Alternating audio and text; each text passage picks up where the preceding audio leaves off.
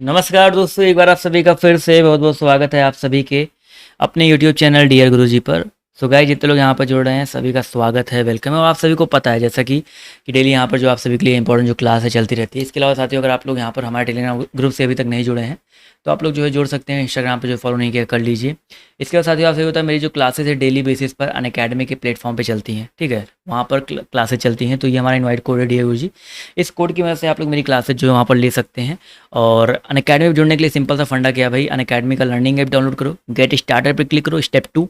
Step 3 में आपको अपना नंबर डालना है, उसके बाद गोल आपसे मांगेगा, आईडी बन जाएगी आपसे, मे बी स्टेट मांग सकता है, आप किस स्टेट से हो, उसके बाद गोल मांगेगा आपको। वहाँ पर UPPSC ये गोल सर्च करना है। उसके अलावा आप लोग मुझे सर्च कर सकते हैं मृत्युंजय, MIRTUNJAY, मृत्युंजय सर्च करेंगे तो ये देखिए DP लगी हुई, इस वाले DP की मदद से आप लोग मुझ तक पहुँच सकते हैं। फॉलो कर लीजिए, मेरी क्लासेज जो है देख सकते हैं। और रेफरल कोड याद रखिएगा डियर गुरुजी। इसके अलावा साथियों, अगर आप लोग अनअकैडमी प्लस पर जुड़ना चाहते हैं किसी भी कैटेगरी में, तो आप लोग मेरा रेफरल कोड जो है यूज कर सकते हैं, जहां पर आपको फ्री टेस्ट सीरीज जो है, मासिक करंट अफेयर हो गए, और भी जो आपके एग्जाम चलते रहते हैं उसके लिए फ्री लाइव क्लासेस जो चलती रहती है। तो if you want to join Unacademy plus तो आज ही जो है जुड़ने का प्रयास करो।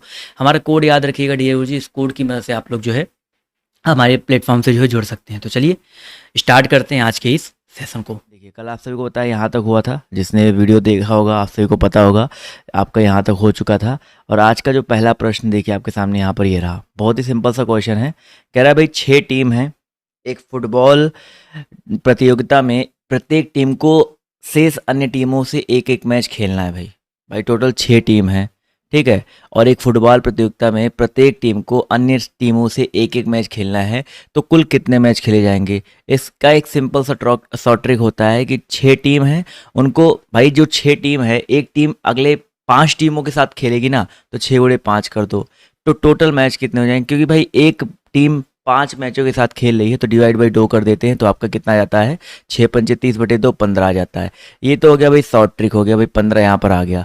लेकिन इसका बेसिक समझो क्या कहना चाह रहा है भाई। जैसे मान लो 6 टीमें हैं, इसको पूरा मिटा देते हैं, इसका बेसिक समझाते हैं। ये तो भाई आपका हो गया भाई शॉर्ट ट्रिक वाला। बेसिक बहुत ज़रूरी होता है, समझिए। मान लीजिए 6 टीम है, ABCDE और F, ठीक है। अब मान लीजिए ए अगर खेलेगी तो शेष 5 टीमों के साथ खेलेगी, ठीक है। बी की अगर हम बात करते हैं, क्योंकि वो भाई ए अगर 5 टीमों के साथ खेल रही है, तो जो बी है वो अगर ABCDEF से खेल रही है, तो जो बी है वो ऑलरेडी ए के साथ खेल चुका है, तो ये 4 टीमों के साथ खेलेगा, ठीक है। इसी तरह जो सी है, ए और बी से ऑलरेडी खेल चुका है, तो ये 3 टीमों के साथ खेलेगा। डी की बात करते हैं तो ये 2 टीमों के साथ, क्योंकि ए खेल चुका है, बी भी खेल चुका है, सी भी खेल चुका है, तो बचा हुआ डी, ई और एफ के साथ खेलेगा। ई की बात करते हैं तो ये भाई एक ही टीम बचा है, एफ उसके साथ खेलेगा। और एफ की बात करते हैं, ABCDEF सबके साथ खेल चुका है। सबको जोड़ लो भाई, 5 4 9 3 12, 12 2 14, 14 1 15 आ जाएगा। तो यहाँ से भी देखिए सबको जोड़ने पे 15 ही आ रहा है। तो दोनों तरीके से आप लोग जो है 15 जो है बिल्कुल करेक्ट हो जाएगा। तो ऑप्शन नंबर 4 यहाँ पर जो है करेक्ट हो जाएगा। चलिए अगला क्वेश्चन देखिए आपसे यहाँ पर क्या पूछा गया है। एक बंदर एक खंभे पर पहले मिनट में 8 मीटर ऊपर चढ़ता है, दूसरे मिनट में 2 मीटर नीचे फिसल जाता है। इस तरह का क्वेश्चन मैं आपको पहले भी करवा चुका हूँ भाई। एक बंदर है एक खंभे पर पहले मिनट में 8 मीटर ऊपर चढ़ता है, दूसरे में 2 मीटर नीचे फिसल आता है। यानी कि एक्चुअल में अगर देखा है तो 2 मिनट में टोटल कितना कार्य कर रहा है भाई। पहले मिनट में 8 ऊपर चढ़ा, दूसरे में 2 नीचे खिसक गया, यानी कि टोटल वो 6 मीटर चढ़ता है 2 मिनट में। अब अगर खंभे की कुल ऊंचाई जो है 62 मीटर हो, ठीक है, तो उस खंभे पर चढ़ने में उसे कितना समय लगेगा। 62 मीटर तक पहुंचना है हमको। अब 6 के हिसाब से अगर हम लोग 62 तक पहुंचेंगे, ध्यान से समझिएगा, तो हम लोग कैसे, मान लीजिए 18 मतलब जैसे मान लीजिए 18 मिनट, यानी कि हम लोग 9 छक्का 54 कर रहे हैं। मतलब 18 मिनट में वो कितना चढ़ पाएगा, इसके आसपास पहुंच रहे हैं ना, 9 छक्का 54, क्योंकि 10 छक्का 60 हो जाएगा, आगे बहुत एक्स्ट्रा हो जाएगा। तो 19 से यहाँ पर कर देते हैं, 9 से गुणा कर देते हैं, तो 9 दूनी 18 मिनट में आपका 54 मीटर चढ़ेगा। यहाँ तक क्लियर है कि भाई अगर 2 मिनट में 6 मीटर चढ़ रहा है तो 18 मिनट में वो 54 मीटर चढ़ेगा। और जैसे 19वां मिनट आएगा, ठीक है, मुझे पता है कि 1 मिनट में 8 चढ़ रहा है, तो 18 से जैसे 19वें पे आएगा तो 8 और चढ़ जाएगा, तो 54 में 8 जोड़ दीजिए, तो 8 4 12, 62 पे आ गया कि नहीं आ गया भाई। तो यहाँ पर 19 मिनट टोटल, ठीक है। वो कितना मिनट लेगा भाई, 19 मिनट लेगा, वो 62 मिनट जो है आपका, 62 मीटर जो आपका चढ़ जाएगा। अब आप लोग सोच रहे हो कि हम 20 मिनट पे क्यों नहीं गए भाई। 20 मिनट पे अगर हम लोग जाते तो आपको पता है ना कि 20 मिनट में वो 2 नीचे खिसका था, यानी कि वो 20 मिनट में सिर्फ 60 ही चढ़ पाता। इसलिए हम लोग यहाँ पर 6 धाम 60 नहीं लिए, यहाँ पर 20 नहीं लिए। उसके पहले हम लोग 18 से 19 के बीच में हमने चेक कर लिया, आपका आंसर जो आपका आ गया। और इस तरह के क्वेश्चंस मैंने आपको कई बार करवा रखे, कई तरीके के क्वेश्चन करवा रखे हैं। जब भी इस तरह का क्वेश्चन आए तो आप लोग जो है गलती ना करो। तो ऑप्शन नंबर जितने लोगों ने यहाँ पर 4 जवाब दिया है वो लोग यहाँ पर जो है बिल्कुल करेक्ट हो जाएंगे। क्लियर है। चलिए अगला क्वेश्चन देखिए आपसे यहाँ पर क्या पूछा गया। बहुत सिंपल सा मैथ का क्वेश्चन है, ध्यान से देखिएगा और समझने का प्रयास कीजिएगा कि मोहन ने, आई नो जब मैथ का क्वेश्चन आता है, रीजनिंग का क्वेश्चन आता है तो लोग स्किप करते हैं, बट समझो तभी तो आएगा भाई, फिर नहीं तो बाद में कहोगे सर जी मैथ आया था रीजनिंग आया था, आप पढ़ नहीं पाए, आप पढ़ना ही नहीं चाहते हो भाई। तो मोहन ने 280 सेंटीमीटर लंबा लकड़ी का एक टुकड़ा खरीदा। कितने सेंटीमीटर भाई, 280 सेंटीमीटर, ठीक है। वो इसे 2 टुकड़ों में इस प्रकार काटना चाहता है कि छोटे टुकड़े की लंबाई बड़े टुकड़े की लंबाई का 75% रहे। भाई सिंपल सी बात है यार, यानी कि टोटल 100% जो दिया गया है वो कितना है आपका, 280 सेंटीमीटर है, ठीक है। अब जो एक टुकड़ा 75% हो, एक टुकड़ा 25% हो, यानी कि इस 100 को हमें ऑब्वियस सी बात है क्या बोलते हैं भाई, 75:25 में तोड़ना है। तो यहाँ पर पूछा गया है कि इस प्रकार काटे गए छोटे टुकड़े की लंबाई क्या होगी। अब एक बात बताइए भाई, माना बड़ा टुकड़ा जो है 100% आपका 280 सेंटीमीटर है, तो जो यहाँ पर 100% पूरा आपका कितना आ गया भाई, 280 सेंटीमीटर आ गया। अब इस क्वेश्चन को ध्यान से समझिएगा, बिल्कुल बेसिक से लगाने का प्रयास करेंगे। यहाँ पर कह रहा है कि छोटे टुकड़े की लंबाई बड़े टुकड़े की लंबाई का 75% रहे, यानी कि थोड़ा सा यहाँ पर उल्टा कर दो। क्वेश्चन में क्या कह रहा है भाई, इसका का कह रहा है। जब भी का कहता है तो थोड़ा सा यहाँ पर डिफरेंस समझते हैं। यहाँ पर 280 सेंटीमीटर तो ये पूरी लंबाई हो गई। अब कह रहा है कि जो छोटे टुकड़े की लंबाई है बड़े टुकड़े की लंबाई का 75% हो, यानी कि अगर मान लेते हैं बड़ा टुकड़ा 100 सेंटीमीटर का है तो छोटा टुकड़ा जो है 75 सेंटीमीटर का होगा। तो भाई देखिए बड़ा टुकड़ा 100, इसका 75 सेंटीमीटर हो गया। दोनों का अनुपात निकालिए, कितना आ जाएगा, 100:75 आ जाएगा। हल करिए, 25 से घटेगा 25 चौका 100, 25 से 75, अनुपात आपका 4:3 आ गया। दोनों को जोड़ लिए। यहाँ पर हमसे क्या पूछा गया है, छोटे टुकड़े की लंबाई क्या होगी। छोटा टुकड़ा देखिए 3 वाला है, बड़ा टुकड़ा आपका 4 वाला है, तो छोटे टुकड़े की लंबाई निकालनी है तो अनुपात समानुपात का रूल पढ़ाया गया है। 3 लेंगे और डिवाइड बाई 4, 3 पूरा 7 कर देंगे। और कुल लंबाई कितनी है भाई, 280 है, तो गुणे 280 कर देंगे। 7 चौका 28, 4 3 12, यानी कि 120 सेंटीमीटर आ गया। अगर यहीं पर बड़े टुकड़े की लंबाई पूछी गई तो 4/7 करते तो 160 सेंटीमीटर आ जाता। दो ये तरीके हो गए भाई आपको इस प्रश्न को लगाने के। फिर से एक बार समझ लीजिए, टोटल लंबाई 280 थी। अब यहाँ पर क्वेश्चन कर रहा था कि वो इसे 2 टुकड़ों में इस प्रकार काटना चाहता है कि छोटे टुकड़े की लंबाई बड़े टुकड़े की लंबाई का 75% हो। तो भाई छोटे टुकड़े की लंबाई बड़े का 75% है, यानी कि बड़े को अगर 100 मानेंगे, छोटा उसका 75%, 100 का 75% कितना होता है, 75 होता है, 75 हो जाएगा। दोनों का अनुपात निकाल लिया, 4:3 के अनुपात में आ गए। हमें छोटे टुकड़े की लंबाई चाहिए थी तो अनुपात वाला रूल हमने लगा दिया, 3/कुल यानी कि 4 3 7 और मल्टीप्लाई बाई जो सेंटीमीटर उसकी लंबाई है 280 से मल्टीप्लाई कर दिया। तो यहाँ पर देखिए आपका आंसर 120 सेंटीमीटर आ गया भाई, जो छोटा वाला टुकड़ा था। बड़ा वाला टुकड़ा करना होता तो 4 से मल्टीप्लाई करते तो आपका 160 सेंटीमीटर आ जाता। क्लियर है। चलिए अगला क्वेश्चन देखिए, बहुत ईजी है, उसके लिए मैंने आपको फॉर्मूला बता रखा है। देखिए, और ये घन वाले क्वेश्चन काफ़ी लोग कंफ्यूज रहते हैं भाई। एक किसी ठोस घनाकार आकृति की सभी बाहरी सतहों को एक समान रंग से रंगा गया है तथा उसे इस प्रकार काटा गया है कि उसके 64 बराबर घन बन सकें। ठीक है, तो इन 64 घनों में से ऐसे घनों की संख्या कितनी होगी जिनकी केवल एक सतह रंगीन हो। तो पहले n की वैल्यू निकाल लो भाई, यानी कि कुल जो भुजाओं की संख्या कितनी है। तो सिंपल सा फॉर्मूला भाई, n बराबर क्या हो जाएगा, टोटल कितने 64 बराबर घनों में बांटा गया है तो इसका घनमूल निकाल लेंगे 64 का, कितना आ जाएगा, n का मान कितना आ गया भाई आपका 4 आ गया। ठीक है, अब यहाँ पर कह रहा है कि ऐसे कितने घन होंगे जिनकी केवल एक सतह रंगीन हो। तो फॉर्मूला क्या होता है भाई, 6n-2। ठीक है, 6n-2 मल्टीप्लाई बाई 2 यानी कि 12n-2 होता है। तो क्या हो जाएगा, 6 दूनी 12, n का मान कितना भाई आपका 4 है, 4 - 2 हो गया, कितना आ जाएगा भाई 12, 4 में से 2 घटा दीजिए 2 हो जाएगा, कितना आएगा भाई 12 दूनी 24 आ जाएगा। फॉर्मूला याद रखिएगा 12n-2, आप ऐसे याद रखो, कहीं कहीं 6n-2 होता है, उससे मतलब नहीं है। एक सतह रंगीन वाले घन जो होते हैं 12 ब्रैकेट में n-2, ये फॉर्मूला होता है, ठीक है। इस फॉर्मूले का प्रयोग करके आप निकाल सकते हैं। n की वैल्यू कैसे आई, टोटल 64 बराबर घनों में बांटा गया था, तो जितने जैसे 125 बराबर घनों में बांटा गया होता है तो n का मान घनमूल 125 हो जाता, आंसर वहाँ पर 5 आ जाता, फिर 5 - 2 करते, आंसर आपका 12 तिहाई 36 आ जाता है आंसर। ऐसे आपका जो है आंसर वेरी करता, अगर आप लोग का ये जितने घरों में काटा गया है वो आपका जो है डिफरेंट होता तो, ठीक है। तो यहाँ पर जितने लोगों ने जवाब दिया भाई 12 दूनी 24 वाला ऑप्शन नंबर ए वाला, वो लोग यहाँ पर जो है बिल्कुल करेक्ट हो जाएंगे। क्लियर है। आगे की ओर बढ़ा जाए, प्रस्थान करते भाई अगले प्रश्न पर। ध्यान से देखिएगा और सभी लोग बताते हुए चलिएगा। ध्यान से देखिए भाई, एक विद्यालय में पहला पीरियड प्रातः 8:30 बजे शुरू होता है और चौथा पीरियड जो है दोपहर पूर्व 11:30 पे समाप्त हो जाता है भाई। तो प्रत्येक पीरियड की अवधि समान है तथा 2 पीरियडों के मध्य 4 मिनट का अंतराल है। तो एक पीरियड की अवधि बताइए कितनी है। अब एक बात बताओ भाई, पहला पीरियड 8:30 बजे शुरू होता है और 11:30 बजे जो है टोटल समाप्त हो जाता है, यानी कि टोटल कितने घंटे हो गए भाई आपके, 3 घंटे हो गए। 3 घंटे हो गए कि नहीं हो गए भाई, बोले तो 180 मिनट हो गए भाई। 8:30 से 11:30 180 मिनट में आपके 4 पीरियड जो है आपके समाप्त हो गए, 4 पीरियड आपके समाप्त हो गए। और साथ ही साथ यहाँ पर कह रहा है, एक चीज़ समझिएगा, हम लोग बटे 4 कर देते तो आपका आंसर वहाँ पे 45 मिनट आता, आधे लोग 45 मिनट यहाँ पर अगर ऑप्शन में होता तो टिक करके आ जाते। लेकिन यहाँ पर एक लाइन कह रहा है कि 2 पीरियडों के मध्य 4 मिनट का अंतराल है, ठीक है। यानी कि पहला पीरियड जैसे ख़त्म हुआ तो उसके बाद 4 मिनट का अंतराल है। तो भाई टोटल 4 क्लासेस हुई हैं, तो जैसे ये एक क्लास से दूसरी क्लास चली, फिर दूसरी क्लास से तीसरी क्लास चली, तीसरी क्लास से चौथी क्लास चली, तो टोटल कितने अंतराल आए भाई, ध्यान से देखिएगा। 1 अंतराल, 2 अंतराल, 3 अंतराल यहाँ पर आए हैं ना, तो 3 अंतराल आए हैं और प्रत्येक अंतराल पे 4 मिनट का अंतराल, 4 मिनट का एक्स्ट्रा समय गैप हो रहा है।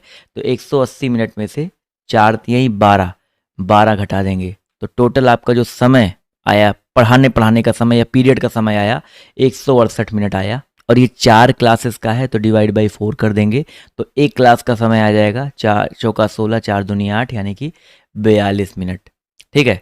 तो प्रत्येक पीरियड का जो अभीष्ट समय हो जाएगा भाई आपका 42 मिनट हो जाएगा। तो जितने लोगों ने ऑप्शन नंबर 2 जवाब दिया है वो लोग यहाँ पर बिल्कुल करेक्ट हो जाएंगे। क्लियर है सर, यस और नो, क्लियर है ना भाई। क्लियर है तो भैया अच्छी बात है, परेशान बिल्कुल मत होइए। अगला क्वेश्चन देखिए आपसे यहाँ पर क्या पूछा गया है, ध्यान से देखिएगा और सभी लोग यहाँ पर जवाब जो देने का प्रयास कीजिएगा। देखिए का व खा, देखो भाई का और खा ए बी जो भी आपको मानना हो मानो, कोई दिक्कत नहीं है। का व खा एक सीधी सड़क पर 300 किलोमीटर दूरी पर अवस्थित है, ठीक है।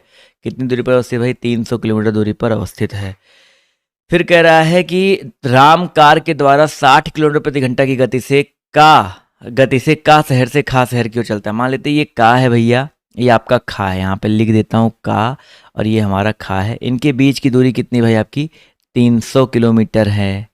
अब यहाँ पर राम जो है 60 की स्पीड से इधर चलना शुरू करता है, 60 किलोमीटर प्रति घंटा की स्पीड से चलता है खा शहर की ओर, और उसी समय श्याम 90 की स्पीड से खा से इधर की ओर 90 की स्पीड से चलता है। तो रिलेटिव स्पीड वाला यहाँ पर फॉर्मूला लगेगा, ठीक है। अब जब दोनों विपरीत दिशाओं में चल रहे हैं, मैंने आपको बताया रिलेटिव स्पीड में क्या होता है, जब दोनों विपरीत दिशाओं में चल रहे हैं तो सापेक्ष चाल जो होता है वो जुड़ जाता है। तो सापेक्ष चाल कितना हो जाएगा भाई, सापेक्ष चाल हो जाएगा आपका, इसका 60 है इसका 90 है, तो ऑब्वियस सी बात है 60 और 90 जुड़ जाएगा, 150 किलोमीटर प्रति घंटा हो जाएगा, ठीक है। दूरी दोनों के बीच की कितनी है भाई, दूरी की बात करते हैं तो आपका जो है 300 किलोमीटर है सर जी। अब कह रहा है कि वो दोनों का शहर से कितने किलोमीटर और कितने समय बाद मिलेंगे। तो पहले तो यहाँ पर समय निकाल लो, समय जो टोटल लगेगा भाई दूरी बटे 4 यानी कि 300 बटे 150, बोले तो आपका 2 घंटे मिलेंगे। 2 घंटे में तो ये 0 0 कट गया, 15 दूनी 30, 2 घंटे मिलेंगे। तो ये 3 घंटे वाले ऑप्शन तो आपके कट गए। अब यहाँ पर कह रहा है वे दोनों शहर से कितने किलोमीटर दूर और कितने समय बाद मिलेंगे। अब ध्यान से देखो भाई, शहर से कितने समय दूर, कितने किलोमीटर दूर मिलेंगे, तो आपको पता चल गया भाई समय कितना लगा आपका भाई 2 घंटा लगा, ठीक है। समय कितना लग रहा है भाई आपका 2 घंटा लग रहा है, यहाँ पर क्लियर है।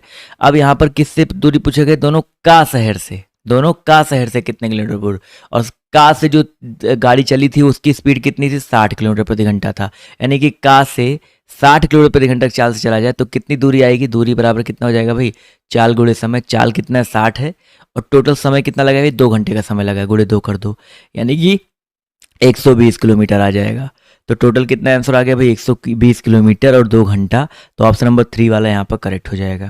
समझ में आ गया भाई, बहुत ही आसान सा लॉजिक लगा था यहाँ पर। ऑप्शन नंबर 3, जिसको भी समझ में नहीं आ रहा है, आई नो कुछ लोग को नहीं समझ में नहीं आ रहा होगा, वीडियो को 1 से 2 बार देखें, चाल समय दूरी का कॉन्सेप्ट अच्छे से सीखने का प्रयास करें, चीज़ें अपने आप जो समझ में आएंगी। तो ऑप्शन नंबर 3 यहाँ पर जो है बिल्कुल करेक्ट हो जाएगा। क्लियर है। चलिए भाई, अगला क्वेश्चन देखिए आपसे यहाँ पर क्या पूछा गया है। एक परीक्षा कार्यक्रम दिया गया, ध्यान समझिएगा, इस प्रश्न का जवाब जो देने का प्रयास कीजिएगा। 1 मिनट रुक जाइए भाई। एक परीक्षा कार्यक्रम है ये, आप लोग भी कई बार इस तरह के चीज क्वेश्चन पूछते हो जब पेपर दे करके आते हो कि सही हल करने पर 3 अंक मिलते हैं और गलत हल माइनस मार्किंग वाला भी रूल आप लोग यहाँ पर आज सीख ही लो, ठीक है। सही हल करने पर 3 अंक मिलते हैं, गलत हल करने पर 1 अंक काट लिया जाता है। यदि किसी छात्र द्वारा कुल 110 प्रश्न हल करके 286 अंक प्राप्त किए गए हों तो उससे कुल कितने प्रश्न गलत किए। अब देखो भैया, मान लेते हैं उसने, ऑप्शन के हिसाब से चाहो तो लगा सकते हो, बट मैं आपको बेसिक समझाता हूँ। मान लेते भाई उसने यक्स प्रश्न जो आपके गलत किए, क्योंकि हमें गलत प्रश्न वाले की संख्या पूछी गई है। तो भाई सही प्रश्न उसने कितने किए होंगे भाई। अब भाई कुल उसने 110 प्रश्न अगर हल किए हैं, अगर यक्स उसने गलत कर दिए तो सही कितने किए होंगे भाई, 110 में से एक्स घटा दो, इतने उसने जो है सही किए होंगे। अब यहाँ पर एक चीज़ समझो कि सही हल करने पर उसको 110 3 अंक मिलते हैं, तो सही कितने भाई, 110 माइनस एक्स, इस पे जो है इसको टोटल 3 अंक मिल गए, ठीक है। और गलत हल करने पर 1 अंक काट लिया था तो माइनस कर देंगे, गलत उसने एक्स प्रश्न हल किया था तो एक्स उड़े 1 कर देंगे। और टोटल कितना नंबर पा रहा है भाई, टोटल पा रहा है इनको जोड़ने पे 286 नंबर आ रहा है। तो इसको गुणा करो, 3 से गुणा करो तो कितना हो जाएगा, 330, माइनस 3 से गुणा करो तो 3x, माइनस कितना हो जाएगा, यक्स गुणे 1 करो तो यक्स आ जाएगा, बराबर कितना भाई, 286 दिया गया है। तो 3x और x दोनों माइनस माइनस है तो आपके जुड़ जाएंगे, तो 4x हो जाएगा। तो 4x उधर भेज दिया, प्लस में आ गया, 330 में से 286 को घटा दो भाई, तो आपका 44 आ जाएगा। सही घटाया ना भाई। तो x का मान कितना आ गया, 11। x का मान कितना आ गया, 11 चौका 44, 11 आ गया। तो उसने भैया 11 प्रश्न जो आपके गलत हल किए थे। आप चाहो तो उत्तर की जांच भी कर सकते हो भाई। 110 में से 11 अगर उसने गलत हल किए थे, 11 अगर गलत हल किए थे तो कितने सही किए होंगे भाई। ऑब्वियस सी बात है, 11 घटा दो, 99 सही किए होंगे। तो 99 के हिसाब से 3 गुणा कर दो, तो 3 9 27, 3 9 27, 2 29, तो 297 नंबर उसको मिलने चाहिए थे। लेकिन 11 गलत कर दिए, तो 1 गलत करने पर 1 अंक कट रहा है, 11 गलत करने पर 11 अंक आपके यहाँ पर कट जाते। तो यहाँ पर देखिए 286 नंबर आपके यहाँ पर आ जाते। तो दोनों तरीके से आपका देखिए 286 आ रहा है। तो आप चाहो तो ऑप्शन मेथड से ऐसे लगा सकते थे, ठीक है। आप इस तरीके से हल करके अगर एक्चुअल आपका यहाँ पर प्राप्त होता लगा सकते थे। उत्तर की जांच भी यहाँ पर देखिए इस तरीके से किया जा सकता है। तो ऑप्शन नंबर 3 यहाँ पर जो है करेक्ट हो जाएगा, ठीक है। अगला क्वेश्चन आपका कह रहा है भाई, यदि अंग्रेजी वर्णमाला को जड़ से आरंभ करके विपरीत क्रम में लिखें तो दाईं ओर से 17वें एवं बाईं ओर से 12वें अक्षर के मध्य कौन सा अक्षर होगा। अब ध्यान से देखो भाई, अंग्रेजी वर्णमाला है, अब उसको जड़ से आरंभ किया गया है और विपरीत क्रम में लिखा जाए। तो हमने जब भी बताया ना, विपरीत क्रम में लिखने के बजाय, कोई अंग्रेजी वर्णमाला है तो विपरीत क्रम में लिखने के बजाय दाएं को बाएं मान लो, बाएं को दाएं मान लो, कुछ उल्टा सीधा करने की जरूरत ही नहीं है, ठीक है। तो यहाँ पर दाया लिखा गया है, इसको मानेंगे हम लोग बायां। क्यों, क्योंकि 22 से 17वीं हो जाएगा। तो 22 से 17वां, यहाँ पर 22 से 17वां, यानी कि देखो बायां आपका ए से होता है, 17वां नंबर कौन सा होता है भाई, 17वां नंबर आपका क्यू का होता है, तो क्यू आ गया, ठीक है। 22 से 17वां एवं बाईं ओर से 12वां। अब बाईं ओर से 12वां यानी कि दाईं ओर से 12वां सुनिए, पीछे से 12वां बताइए कौन सा हो जाएगा। पीछे से 12वें की अगर हम बात करते हैं तो आपका हो जाएगा ओ वाला। और क्योंकि भाई पीछे से 12 मतलब टोटल आपके 26 नंबर होते हैं, उसमें एक जोड़ देंगे तो कितना हो जाएगा 27, उसमें से -12 कर दो तो नंबर आ गया आपका 15। तो पीछे से 12वां आपका 15 यानी कि ओ कोड हो गया। इनके मध्य में कौन सा अक्षर होगा, तो भाई ओ और क्यू के मध्य में कौन सा अक्षर होता है, पी होता है। ओ पी क्यू यही तो होता है ना। तो पी वाला ऑप्शन यहाँ पर जो दिया गया करेक्ट हो जाएगा। इस तरीके से यहाँ पर इस प्रश्न को जो किया जा सकता था। तो ऑप्शन नंबर जितने लोगों ने यहाँ पर फर्स्ट जवाब दिया है वो लोग यहाँ पर जो है बिल्कुल करेक्ट हो जाएंगे, ठीक है। चलिए अगला क्वेश्चन देखिए आपसे यहाँ पर क्या पूछा गया है। निम्नलिखित अंक श्रेणी में अंतिम अज्ञात संख्या क्या होगी। अंतिम अज्ञात संख्या यहाँ पर एक ऑप्शन तो दिख ही नहीं रहा है, और जहाँ तक उम्मीद है वो ऑप्शन ही होगा आंसर में, क्योंकि ये था आपका 176। चलो 176 आंसर आएगा। कैसे आएगा आप लोग भी थोड़ा ट्राई करो। निम्नलिखित अंक श्रेणी में 44 है, 55 है, 66 है, 88, 110 है, आपका 143 है। इसके बाद आपका क्या आ सकता है भाई? देखो 44 55 कितने का अंतर है भाई? 11 का अंतर है। 55 66 11 का अंतर आ गया, +11 +11। 66 88 में देखिए +22 का अंतर है। 88 110 में कितने का अंतर है? +22 का अंतर है, यानी कि +11 +11 +22 +22।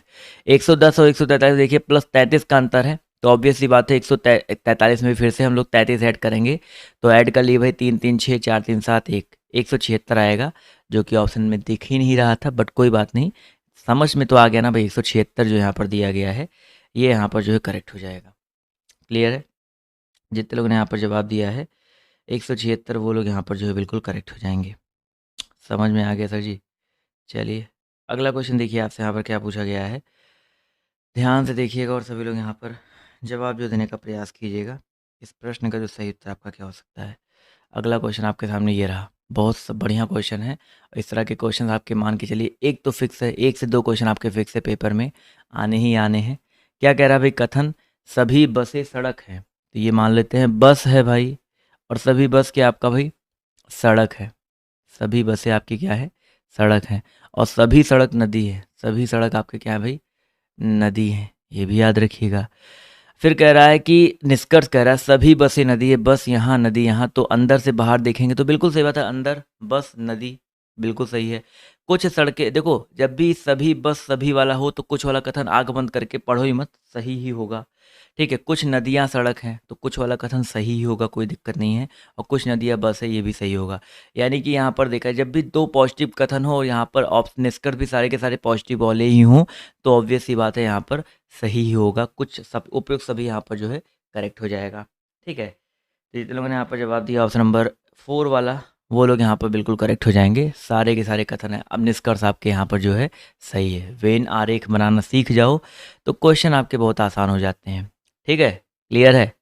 अगला क्वेश्चन देखिए आपसे यहाँ पर क्या पूछा गया है। ध्यान से देखिएगा, बहुत बढ़िया क्वेश्चन है, पेपर में बहुत ज़्यादा आता है कि भाई एक परीक्षा में प्रत्येक विद्यार्थी ने हिंदी अंग्रेजी दोनों विषय लिए थे।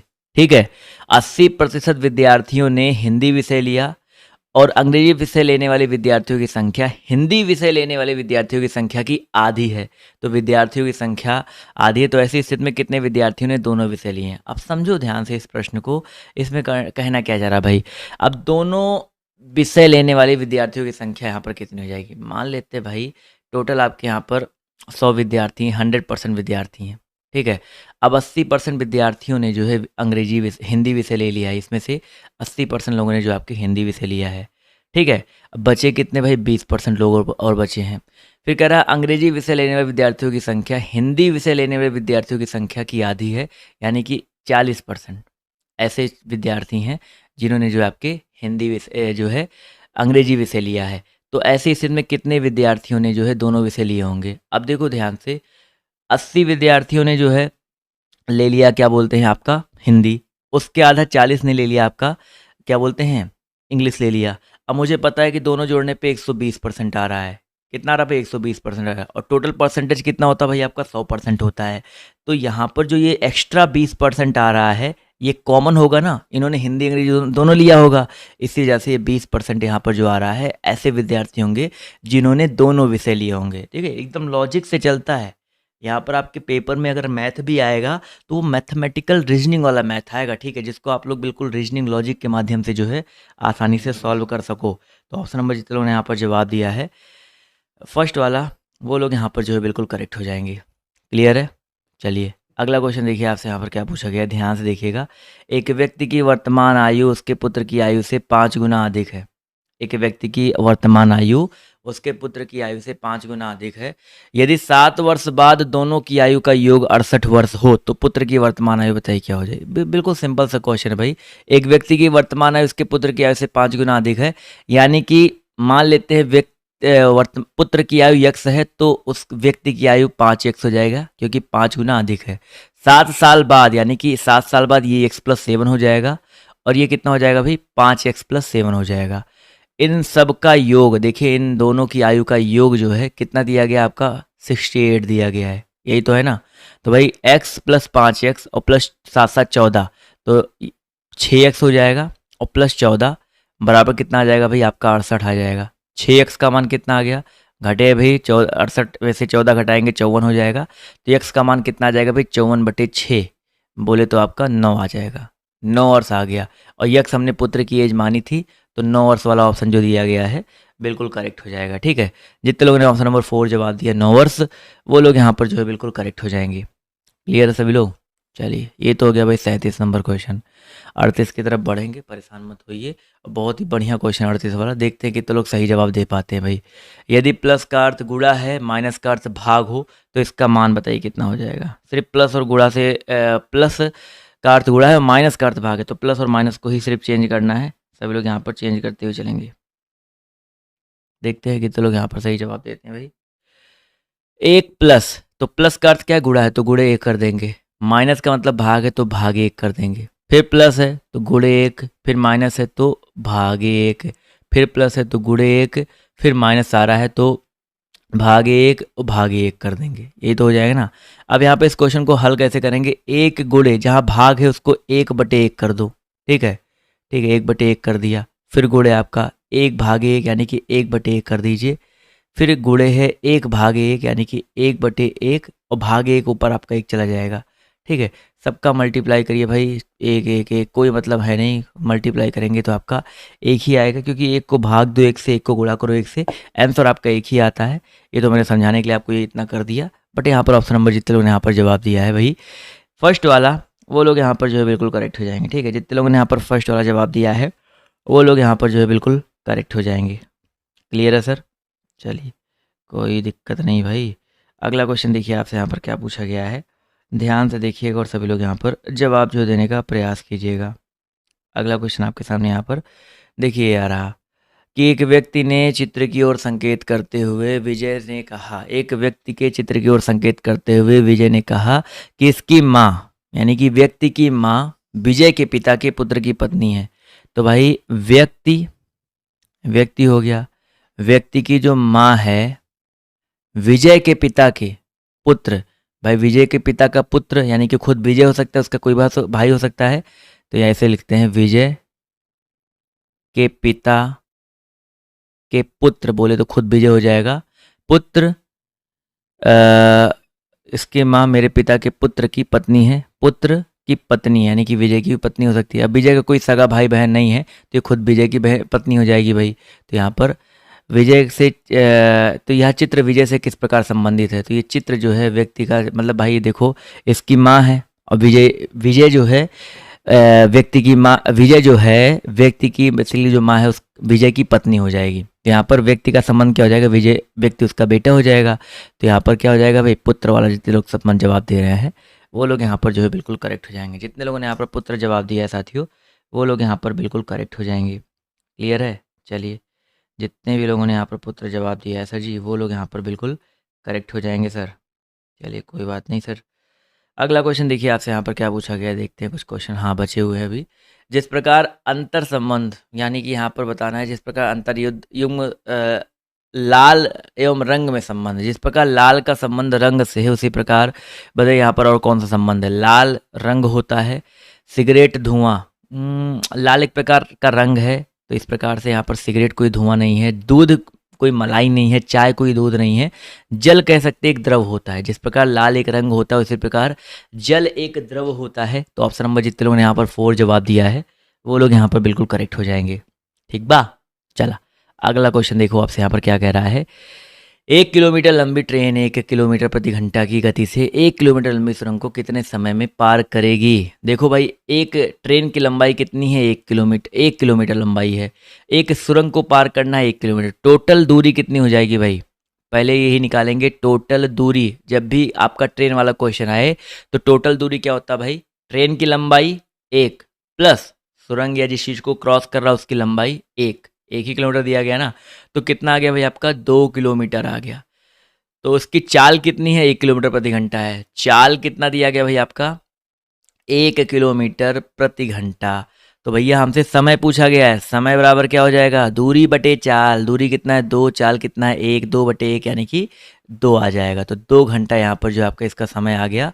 तो जितने लोगों ने यहाँ पर 2 घंटा जवाब दिया है बच्चा, वो लोग यहाँ पर बिल्कुल करेक्ट हो जाएंगे। ठीक है, कितना समय लगेगा भाई, 2 घंटा समय लग जाएगा। तो यहाँ पर ये चीज़ याद रखिएगा। क्लियर है। चलिए भाई अगला क्वेश्चन देखो, आपसे कह रहा है विद्यालय जिस तरह संबंधित है विद्यार्थियों से, उसी प्रकार अस्पताल किससे संबंधित है सर जी। विद्यालय जिस प्रकार संबंधित है विद्यार्थियों से, उसी तरह अस्पताल जो है किससे संबंधित है। 42 नंबर क्वेश्चन में आपका जो सही उत्तर आपका क्या हो जाएगा भाई। भाई यहाँ पर विद्यार्थियों को विद्यालय में शिक्षा दी जाती है, तो रोगियों को अस्पताल में बेसिकली कह सकते हैं, रोगियों को अस्पताल में कह सकते हैं इलाज किया जाता है। तो ऑप्शन नंबर 4 यहाँ पर जो करेक्ट हो जाएगा। क्लियर है। चलिए, अगर यहाँ पर विद्यालय शिक्षक होते तब यहाँ पर चिकित्सक जो है करेक्ट आंसर होता है। जो लोग सी जवाब दे रहे हैं वो लोग थोड़ा करेक्ट करें अपने आप को। कोई नहीं, अगला क्वेश्चन पूछा गया है कि निम्नलिखित 4 में से 3 किसी प्रकार से एक समान है। वीडियो को लाइक और शेयर की संख्या थोड़ी बढ़ाइए भाई। देखो बहुत इंपॉर्टेंट क्लास है और इसी तरह की क्लासेस आपको डेली बेसिस पर मिलती रहती हैं, डेली दोपहर में 1 बजे। तो अगर आप चाहते हैं कि डेली आपको क्लासेस मिलती रहें तो प्लीज़ डेली क्लास लीजिए और शेयर कीजिए। यहाँ पर निम्नलिखित से 4 में से किसी एक प्रकार समान है, एक आपका भिन्न है, तो ये भिन्न को ढूंढते हुए चलना भाई। तो यहाँ पर देखिए BEHLN, तो बी के बाद यानी ई आया है, यानी कि देखो कितने का अंतर है, 2, 5, 3 का अंतर। सिर्फ 2 अक्षर पहले देखो, आगे फिर बाद में देखेंगे। ई और जे में कितने का अंतर है, ई का मतलब 5, जे का मतलब आपका 10 होता है, +5 का अंतर है। ठीक है, ए और सी, ABC, यानी कि यहाँ पर ए और सी में देखा जाए तो आपका 1 और 3 यानी कि +2 का अंतर है। ठीक, कोई बात नहीं।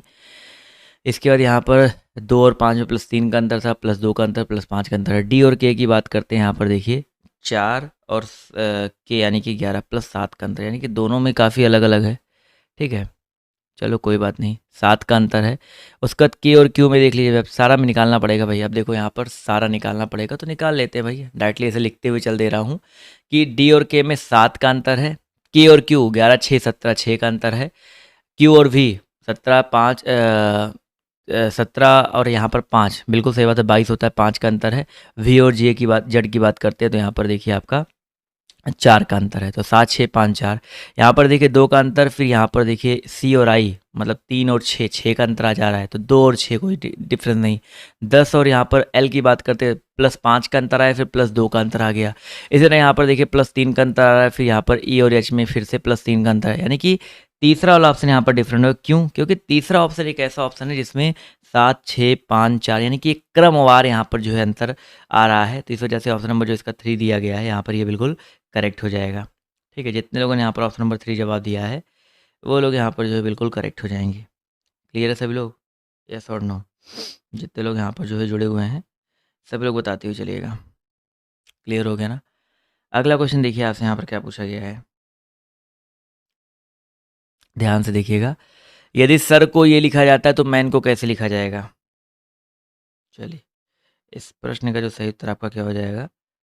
यदि सर को PSPIR, देखो यहाँ पर SIR, ठीक है, SIR, यहाँ पर P घुसाया, यहाँ पर P घुसाया, यहाँ पर P घुसाया। ठीक है, तो MAN, यहाँ P लगाएंगे, यहाँ P लगाएंगे, यहाँ P लगाएंगे, तो PM PA PN कहीं पे आ रहा है भाई।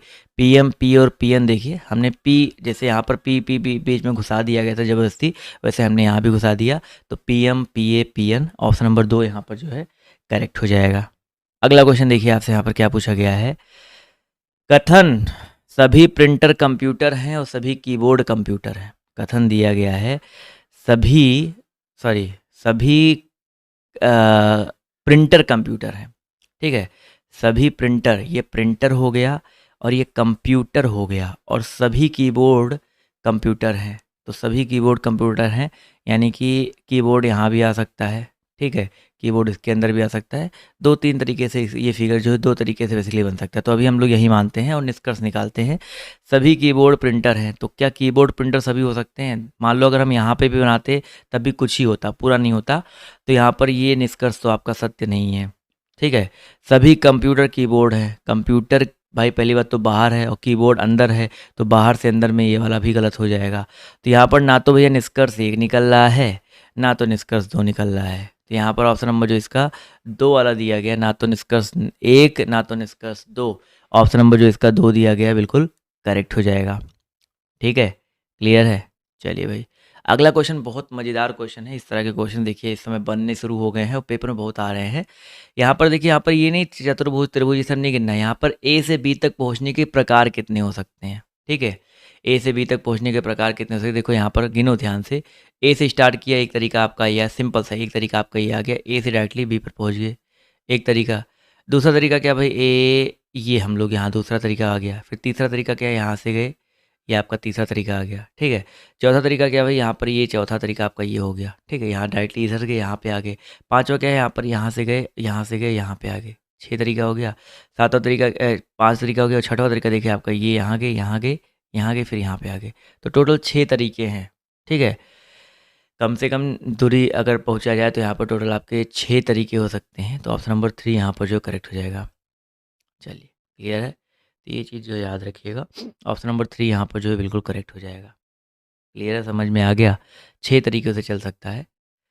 ये क्वेश्चन जो आप लोग के लिए होमवर्क है। ठीक है, ये क्वेश्चन मैं क्योंकि अभी आपका एक क्वेश्चन हो चुका है और ये क्वेश्चन आपका एक होमवर्क है, स्क्रीनशॉट लो और मेन कमेंट बॉक्स में जो है इसका जवाब जो देने का प्रयास कीजिएगा। स्क्रीनशॉट लीजिए और मेन कमेंट बॉक्स से उसमें जवाब दीजिएगा।